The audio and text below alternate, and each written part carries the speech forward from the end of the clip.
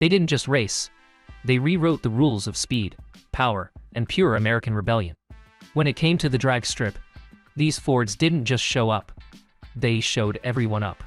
Here are the 10 fastest classic Fords that blew away their rivals on the strip. Number 10, 1963, Ford Galaxie 500 Lightweight. Built from steel, sweat, and a little moonshine magic, the Galaxie 500 Lightweight was Detroit's thunderclap. Most people saw a big, heavy, full-size Ford, something a dad would drive to church on Sunday.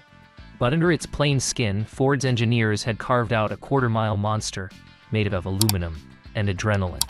Powered by a 427 cubic inch V8, pushing 425 horsepower, this Galaxie dropped over 400 pounds, thanks to fiberglass panels and aluminum components. Ford built it specifically for drag racing, handing them out to select NRA teams in 1963. Drivers like Dick Brannon shocked the scene when these grocery cars ran low, 12-second quarter miles. Even Chevrolet's 409s were left gasping for air. Rumor had it Ford's 425 HP rating was a lie. The true output was closer to 460 HP. The car's sheer torque made some racers swear it had hidden factory tuning no one would admit. The Galaxie Lightweight proved that even a family car could become a fire-breathing dragster. It didn't just win races, it made Ford a drag strip dominator. Number 9, 1965, Ford Mustang GT350R. It wasn't born in Detroit, it was forged at Shelby American with pure racing blood. When the Mustang first launched in 1964, most people saw a stylish, affordable sports coupe for the masses. But Carroll Shelby saw something else, a weapon waiting to be unleashed. The GT350R packed a 289 cubic inch V8, tuned to 360 horsepower, with a curb weight just above 2,800 pounds. It dominated CCA races, winning almost every event it entered between 1965 and 1967. With stripped interiors, side-exit exhausts, and that screaming high-rev sound, it became the Mustang that terrorized Corvettes. Some claimed Shelby's cars were secretly hand-tuned beyond factory specs. Rumors said some R models hit nearly 400 horsepower, but Shelby never confirmed it. The GT350R transformed the Mustang from a stylish pony car into a purebred racer. It wasn't built to impress, it was built to embarrass its rivals. Number 8, 1969. Number 8, 1969. Ford Torino Cobra 428 Cobra Jet. When you saw the Cobra Jet badge, you knew something wicked was under the hood.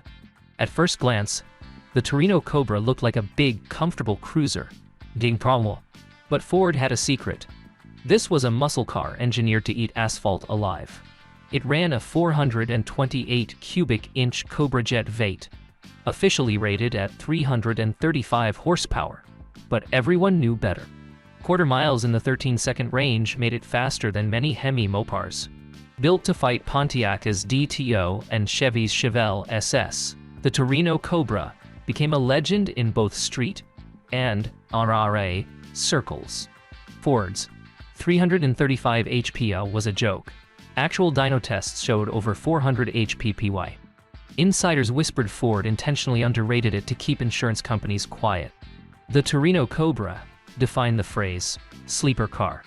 It didn't need flash, it had fury. Number 7, 1970, Ford Mustang Boss 429. Born from NASCAR bloodlines, the Boss 429 was a street car wearing a race engine-like armor. Most Mustangs were built for fun. This one, built for war. Ford needed to homologate its new 429 cubic inch engine for NASCAR, so they stuffed it into the Mustang. Barely. Boss 429 engine was a semi-Hemi V8, rated at 375 horsepower, but real output was over 500 HPP. Only 1359 units were ever built, each hand-assembled by Carcraft in Michigan. Tar. It wasn't the fastest on paper, but its monstrous power made it a drag strip menace once tuned. Many owners discovered the car ran faster the less factory it became. Once uncorked and tuned, it outran almost every production muscle car of its era. The Boss 429 was Ford's wild experiment in controlled chaos. It wasn't just muscle, it was mechanical royalty.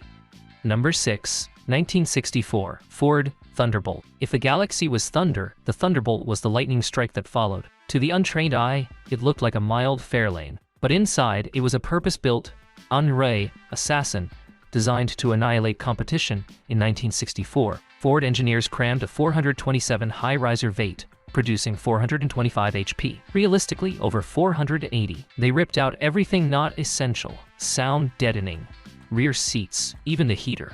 With fiberglass doors and a teardrop hood, it hit 11-second quarter miles right off the factory floor. The car was so wild it couldn't even idle smoothly. It was barely street legal. Many drag strips banned it from stock classes, calling it unfair competition. The Thunderbolt was Ford's declaration of war in the muscle era. It didn't just race, it redefined what factory performance could mean.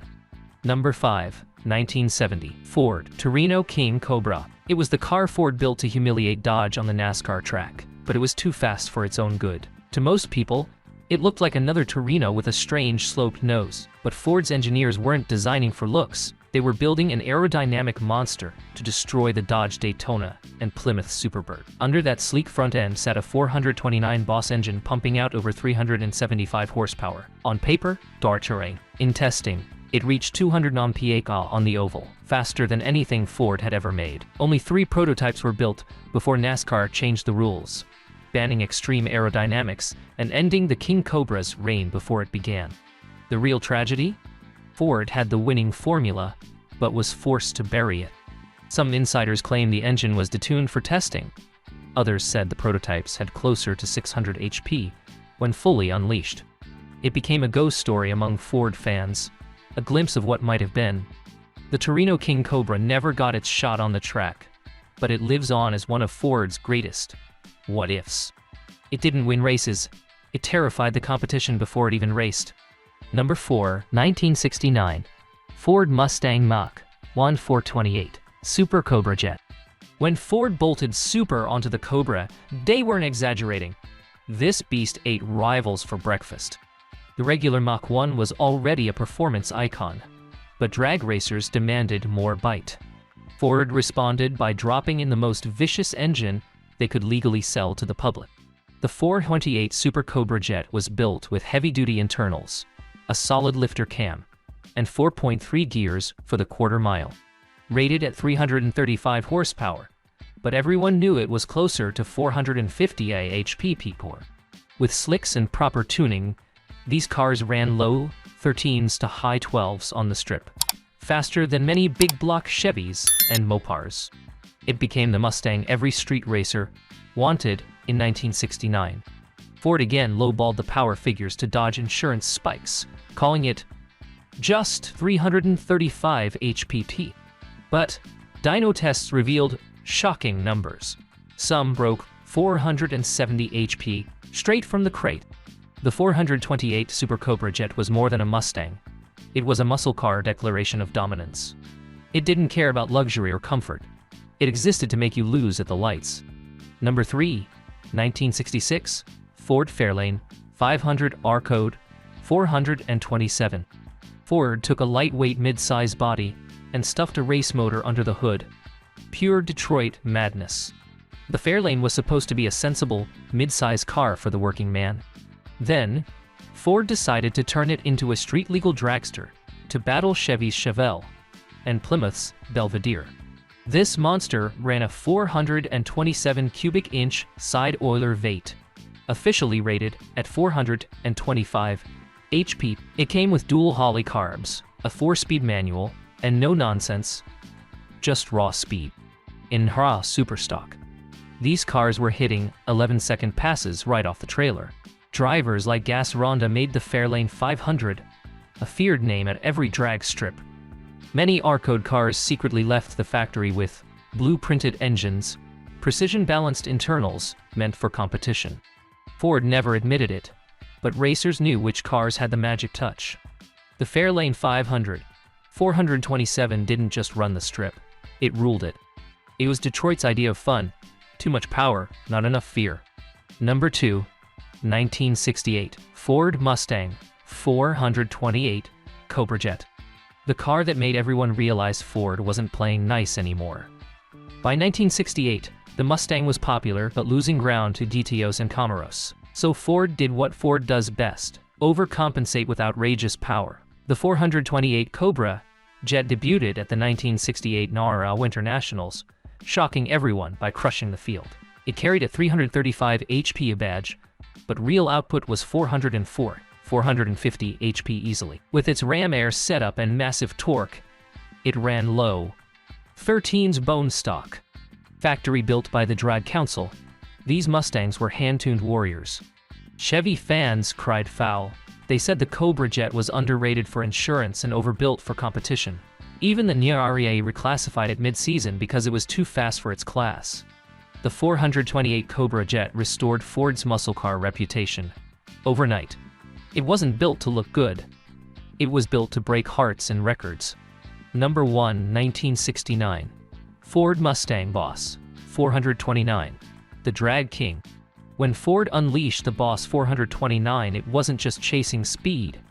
It was chasing immortality.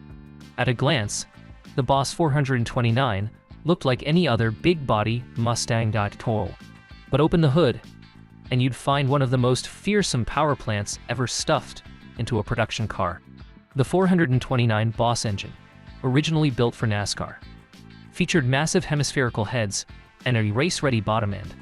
Officially rated at 375 HP, it easily made 500 HP in street trim and much more in competition. This engine could rev to 7,000 RPM, delivering performance that few muscle cars could touch. Even bone stock quarter miles in the 12s were achievable with slicks. Enthusiasts swore Ford sandbagged the numbers to avoid insurance nightmares and regulatory backlash. Once tuned, drag racers were seeing 550 HP per crank. Its combination of rarity, engineering, and brute strength made it a legend. The Boss 429 wasn't built for everyone.